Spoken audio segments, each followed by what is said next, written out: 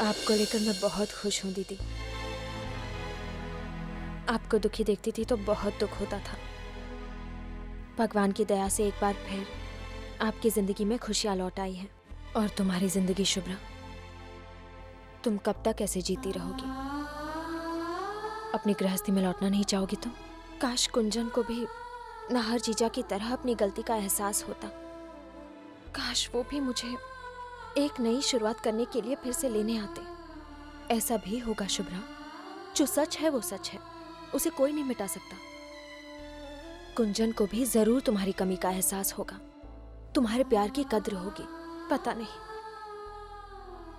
अब अपनी किस्मत पर भरोसा नहीं है मुझे। भरोसा ही उठ गया तो उम्मीद भी टूट जाएगी शुभ्रा। ऐसा मत होने दो। समय से बड़ा कोई मरहम नहीं, सब घाव भर देता है। देखना, सब कुछ ठीक हो जाएगा। शायद आपका विश्वास जीत जाए। एनीवे दीदी, देर हो रही है, मार्केट जाना है।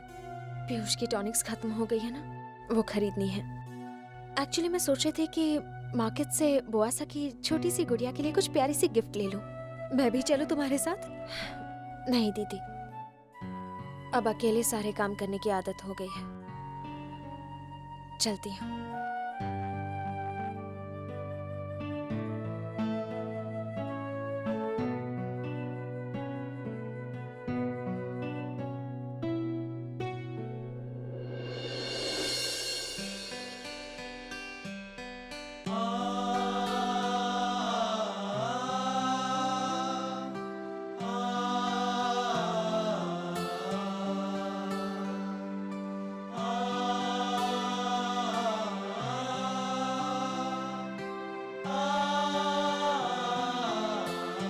ये क्या है? सलोनी रेवा का फोन आया था, मैंने उसको सब कुछ बता दिया। वो बहुत खुश है। उसने तुम दोनों को मुंबई बुलाया। ये तुम्हारे टिकट्स हैं। अरे भाई, इतना वक्त तुम दोनों ने एक दूसरे से दूर गुजारा है, उसकी भरपाई तो करनी पड़ेगी ना। अब शर्माओ मत, अपना बैग पैक करो और नाहर का भी। तुम्हारी आज शाम की फ्लाइट है। अरे भाई, अब बिल्कुल वक्त ज़ाया मत करो, जल्दी से तैयारियां शुरू करो। ओके, चलो।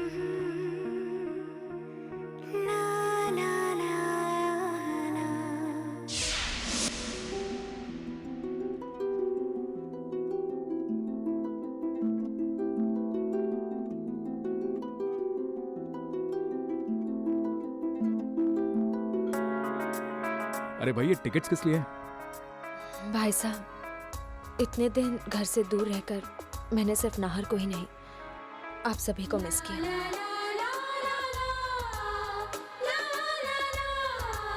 मैं सिर्फ अपने पति से ही नहीं, अपने परिवार से भी दूर रही। और इसलिए हम सब साथ में मुंबई जा रहे हैं। अरे नाहर, ये क्या बात हुई भाई? क्यों हम सबको कबाब में हड्डी बनाकर ले जा रहे हो अपने साथ? अरे भाई, हम चाह रहे थे कि तुम दोनों साथ में कुछ वक्त गुजारो अकेले। नहीं भाई साहब, जहां आप हैं वहीं हम हैं। और भाई साहब, ये सलोनी का फैसला है और इसके इस फैसले से मैं पूरी तरह अग्री करता हूँ। लेकिन नाहर बेटे, हम तो वहाँ जाकर मुझे कुछ नहीं सुनना है बाबू, मैंने जो कह दिया सो कह दिया। वही फिर बचपन वाली जिद। अच्छा ठीक है, दुखी मत हो, हम सब जाएंगे। ठीक है ब्रिजेश? बिल्कुल। अरे वाह भाई, इसी बहाने रेवा जी की सूनी जिंदगी में जरा सी रौनक आ जाएंगी, नहीं बाबू? नहीं सिंह साहब, हम लोग कुछ दिनों के लिए बाहर जा रहे हैं, so please don't disturb us. Thank you so much. चलिए भाई, वक्त निकला जा रहा है, we are getting late, come on, hurry up. भाभो, मैंने तो बहुत हल्के कपड़े पैक किए हैं। बॉम्बे में बहुत गर्मी होगी इस वक्त। अब आप कितना वक्त लगा रही हैं? मैं कब से आपका वेट कर रहा हूँ। चलिए। हम लोग मुंबई घूमने जा रहे हैं, किसी परीक्षा में तो जा नहीं रहे। लेकिन मेरी प्यारी भाभो, वो जो प्लेन है ना, प्लेन हमारा वेट नहीं करेगा। चलिए। चलो चलो चलो चलो 7:10 की फ्लाइट है, 1 घंटा एयरपोर्ट जाने में लगता है।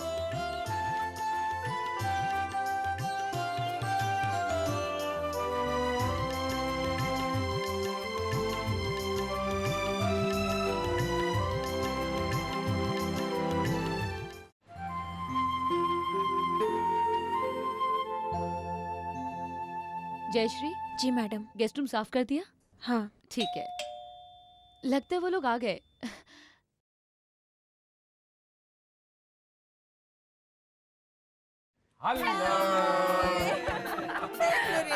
हमने तो धावा बोल दिया तुम्हारे घर पर। कितने सालों बाद आई हैं आप घर पे। वेलकम, प्लीज आइए, आइए सब आइए। अरे सामान ले आओ ना अंदर। Thank you. और भाई साहब कैसे हैं आप? बिल्कुल ठीक हूँ रेवा, आप कैसी हैं? आई एम एब्सोल्युटली फाइन भाई साहब। आप बैठिए ना प्लीज। हाँ हाँ जरूर।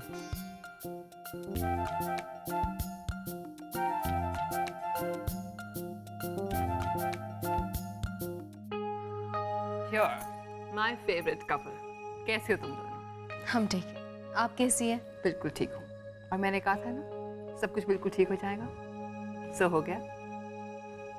और तुम खबरदार जो दोबारा सलोनी पर शक किया तो।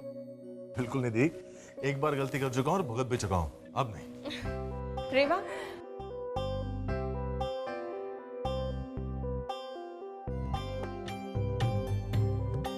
अरे भाई रेवा, जी? अपनी भाभी से बात करती रहोगी या अपना ये प्यारा सा घर हमें दिखाओगी? हाँ ऑफ कोर्स। भाई साहब छोटा सा तो घर है, 2 बेडरूम और ये हॉल, जहाँ मना है जम जाइए। तो फिर ऐसा करते रेवा कि आप और भाभो एक कमरे में, नाहर सलोनी दूसरे कमरे में, और हम सब यहाँ हॉल में सो जाएंगे। That's not problem. नहीं नहीं, हम भी सबके साथ हॉल में ही रहेंगे। ऐसा करते हैं कि सारे लेडीज लोग बेडरूम में सो जाएंगे और हम मर्द यहाँ लिविंग रूम में सो जाएंगे। क्यों? ठीक है भाई साहब।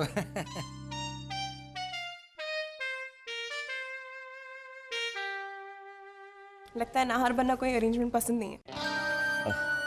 नहीं भाभी साहब, ऐसी कोई बात नहीं है। आप सब लोग फ्रेश हो जाइए, मैं ब्रेकफास्ट लगवाती। अरे रेवा, साइट सीइंग का क्या हुआ? इस बार एक नया प्लान है मेरे पास। मैंने हम सब के लिए एक ओपन बस बुक करवाई है। अरे वाह, थैंक यू सो मच। बस नाहर चलाएगा क्या?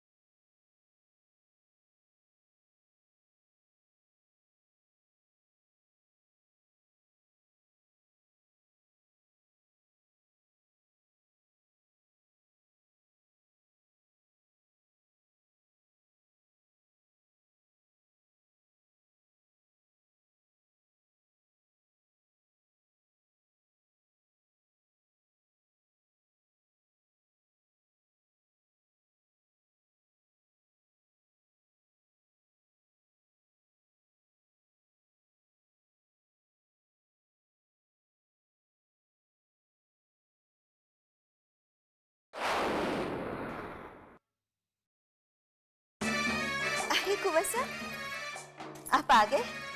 हाँ, क्यों? कुंवर साहब, वो क्या है ना, चमकी को सोने की चूड़ियां चाहिए थी, वही जो ठकुराइन सा के हाथों में है, वही। तुम्हारा दिमाग ठिकाने पे? अब मैं तुम्हारे लिए मासा से उनकी चूड़ियां मांगू? नहीं नहीं, ये सब मुझसे नहीं होगा। हाँ, अगर तुम्हें चाहिए तो मैं बाजार से खरीद कर ला सकता हूँ। नहीं कुंवर साहब, चमकी को वही चूड़ियां चाहिए। एक बार मना कर दिया कि नहीं हो सकता, मतलब नहीं हो सकता।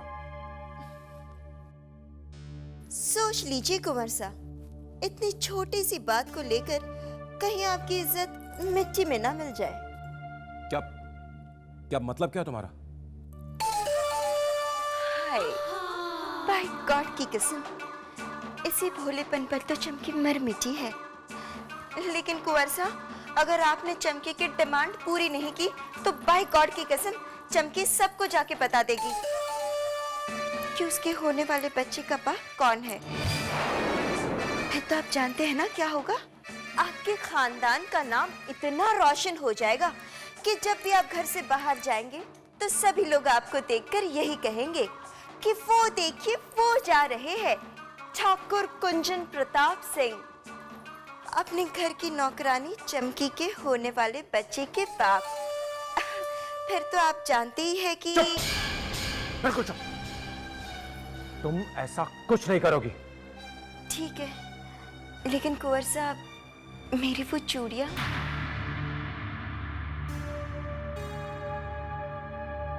मासा, मासा, क्या बात है कुंचन, क्यों चिल्ला रहे हो? अब मासा, आप अपनी ये चूड़ियां उतारिए और प्लीज चमकी को दीजिए।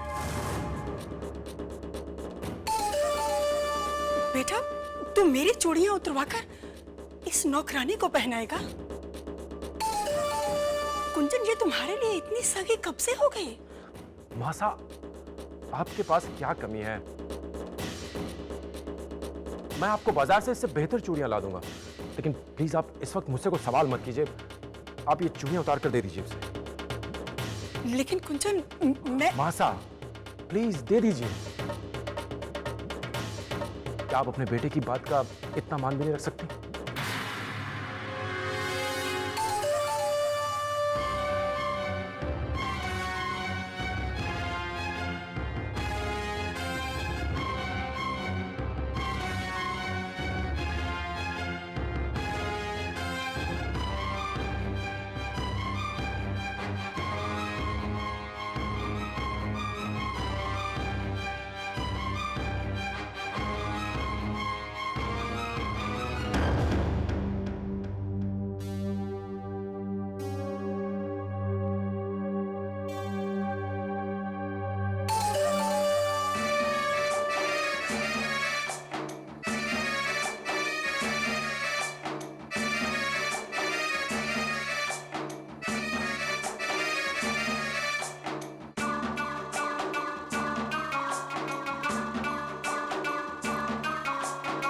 गॉड की कसम, चमकी के हाथों में इन चूड़ियों की चमक और भी बढ़ गई है ना पद्मा ठकुराइन?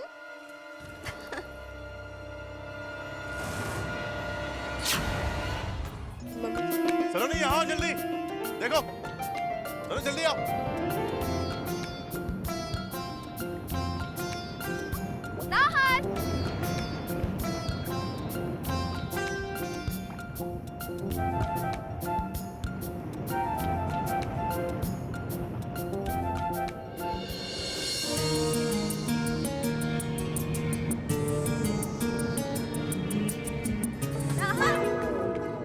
यादगार के लिए हमारी भी फोटो लो ना। हाँ भाई, आप तो टाइटैनिक वाले पोज दे रही हैं।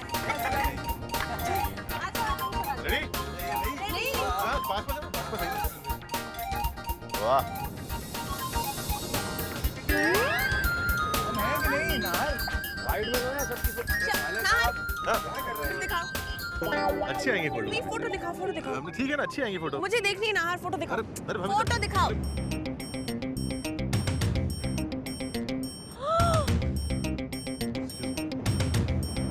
सिर्फ सलोनी की फोटो है। क्या? नाहर, बाबू देखिए ना इसको।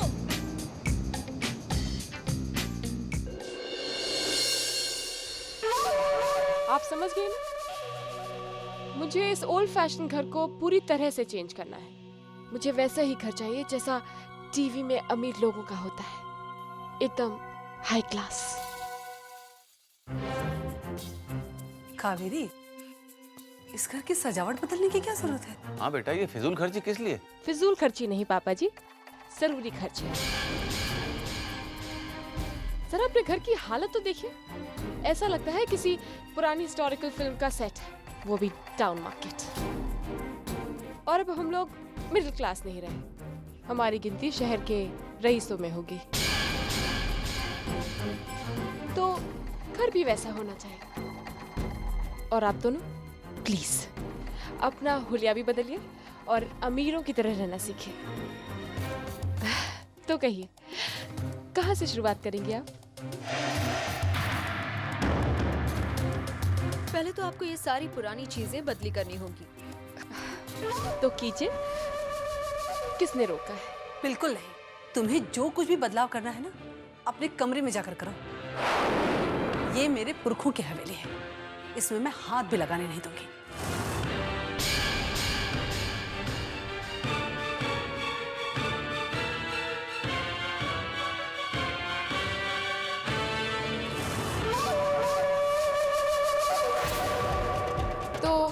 ठीक है मम्मी जी, आपको आपका ये सड़ा गला घर मुबारक हो।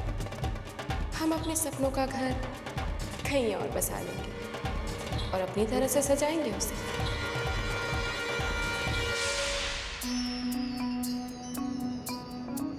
लगता है मुंबई अगर हमने गलती कर दी। क्यों? आपको अच्छा नहीं लगा? वो सुंदर जगह है ये। मैं शहर की बात नहीं कर रहा। रेवा दी के जो हम सबके सोने का अरेंजमेंट है ना, वो मुझे कुछ ठीक नहीं लगा। मुझे तो बहुत अच्छा लगा। सारी लड़कियां एक तरफ और आप सब दूसरी तरफ। अच्छा, तो तुम्हें मुझसे दूर रहना पसंद है? हाँ? ये मैंने कब कहा? मतलब तो भी था।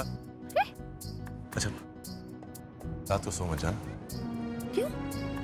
दिन भर इतना घूमकर हम कितने थक जाएंगे, नींद तो आएगी ही ना। मैं कैसे जग सकती हूँ? जरा मेरे पास आना, मैं बताता हूँ कैसे जाऊँ। 1 साल पुरानी शादी है हमारी, तो शर्मा होगी है?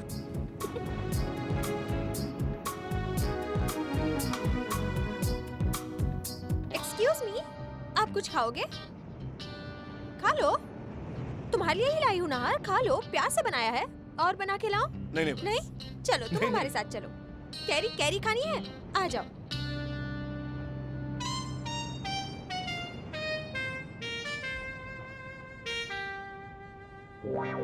बस इसी की कमी थी। मम्मी, मम्मी, क्या है बेटा? मम्मी कावेरी का है? बेटा वो अपने कमरे में है। अच्छा।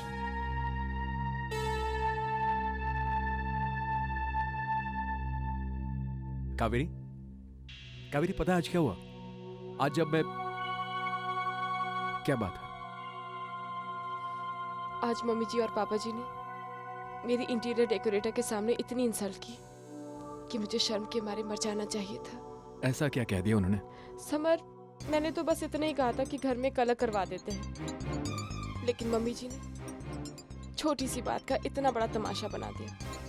कहने लगी कि उनके घर में मैं अपनी मर्जी ना चलाऊं।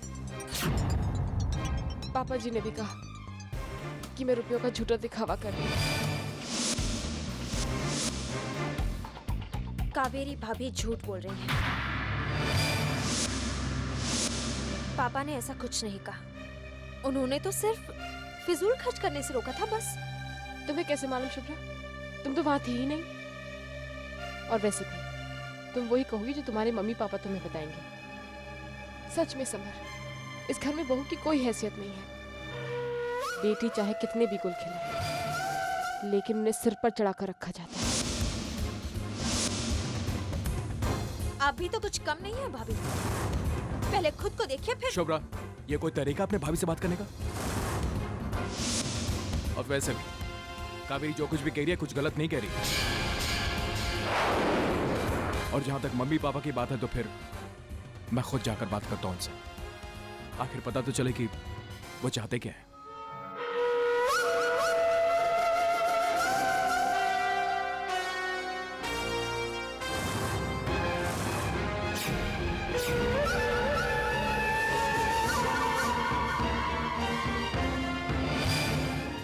क्या चाहते हैं आप?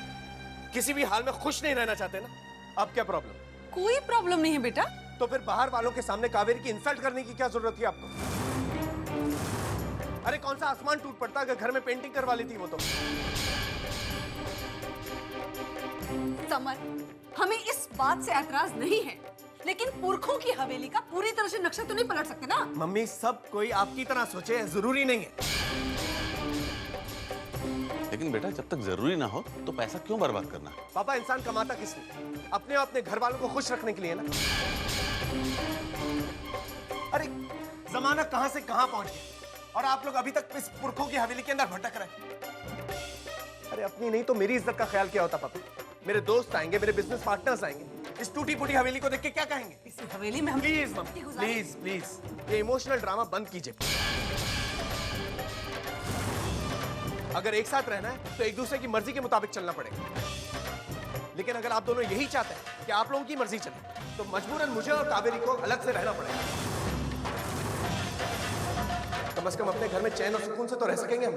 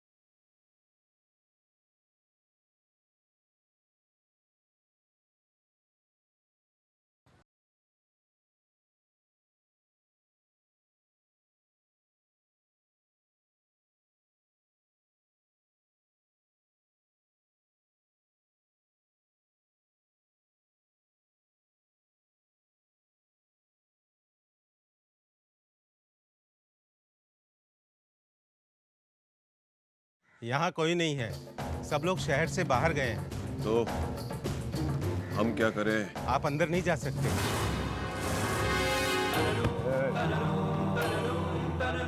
हमें अपनी ही हवेली में जाने से रोकने की गुस्ताखी कैसे की तूने?